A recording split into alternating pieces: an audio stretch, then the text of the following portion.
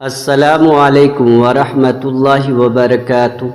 حضرت قیس بن سعد بن عبادہ انصاری رضی اللہ عنہ بیان کرتے ہیں، میں نے نبی اکرم صلی اللہ علیہ وآلہ وسلم کو یہ ارشاد فرماتے ہوئے سنا ہے، ہر نشہ آور چیز خمر ہے اور ہر نشہ آور چیز حرام ہے۔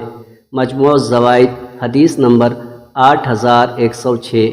حضرت عبداللہ ابن عباس رضی اللہ عنہما نبی اکرم صلی اللہ علیہ وآلہ وسلم کا یہ فرمان نقل کرتے ہیں، آخری زمانے میں میری امت کے لوگ شراب پئیں گے اور وہ اس کا نام تبدیل کر دیں گے۔